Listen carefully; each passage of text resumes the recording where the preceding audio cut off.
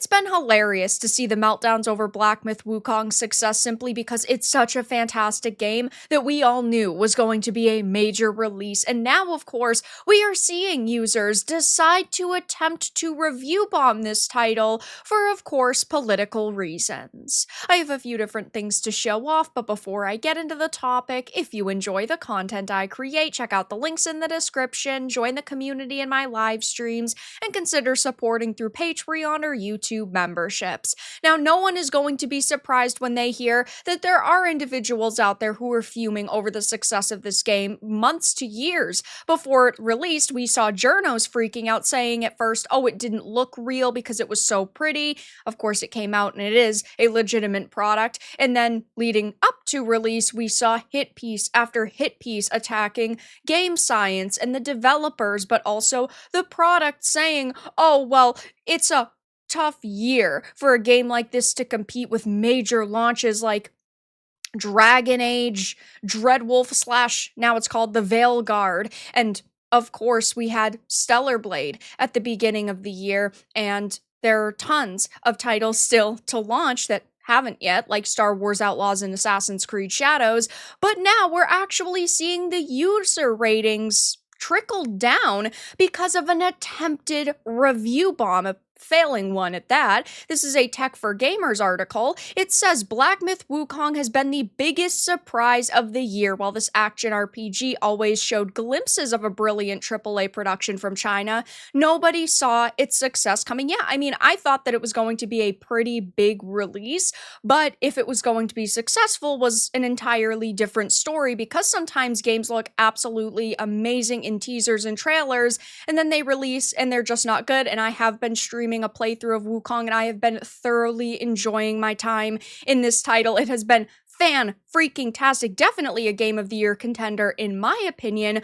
but whether it, be the critical reception, commercial performance, or user opinions, the game, it says, has been surrounded by positivity all around, except for, of course, the activists who have tried to cancel it over the, accusations levied towards game science from a mistranslated IGN article, which was absolutely pathetic.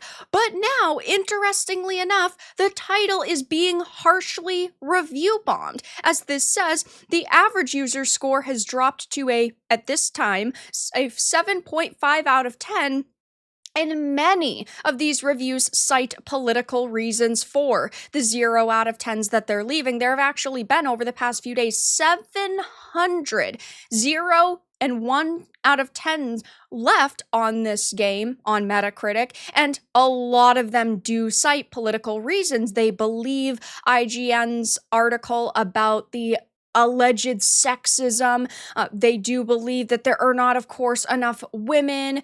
They are upset with the fact that there are not, people of color in this title. Many, many different issues. They're calling issues, I should specify.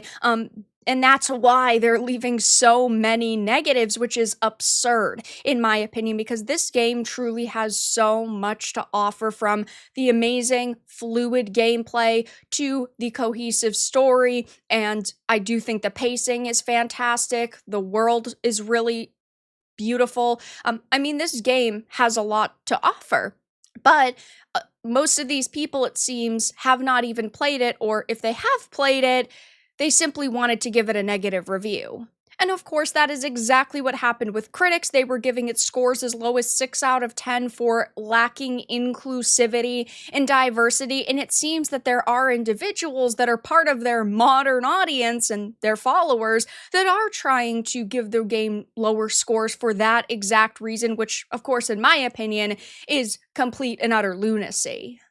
Now, if we take a quick peek over on Metacritic, it is currently sitting at a 7.7, and over the past day, since reports have come out that yes, this game is being negatively review bombed, tons of people have shown up to positively review bomb it, to leave their thoughts. And I know that there are a lot of gamers out there who have given up on platforms like Rotten Tomatoes and Metacritic. They don't waste their time leaving scores because generally we don't take these sites seriously, but a lot of people are showing up to say, hey, listen, I've enjoyed this game, and there are plenty of criticisms that I think are fair to be levied towards this game. Like, yeah, there are some performance issues. It's not a 10 out of 10 masterpiece. You know, it's not perfection, but it's really freaking awesome, the content that's there. And I do think that after a little bit of work and effort, this game will be a rock solid experience.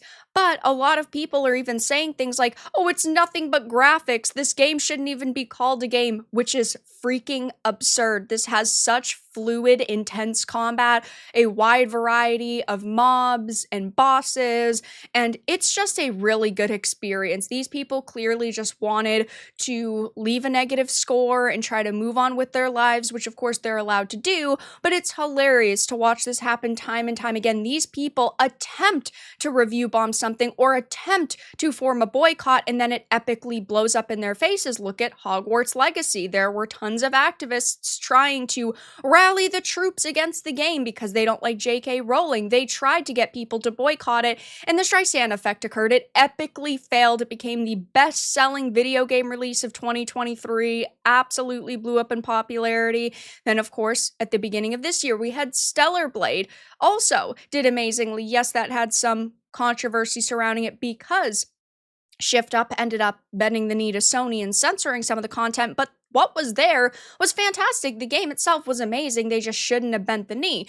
But we saw activists trying to get people to cancel that game over sexism and the female characters having risky clothing, and that didn't work. And now they're trying the same thing. When these people pick a target, they will do anything to try to bury it, whether it is the developers and the studio, the game.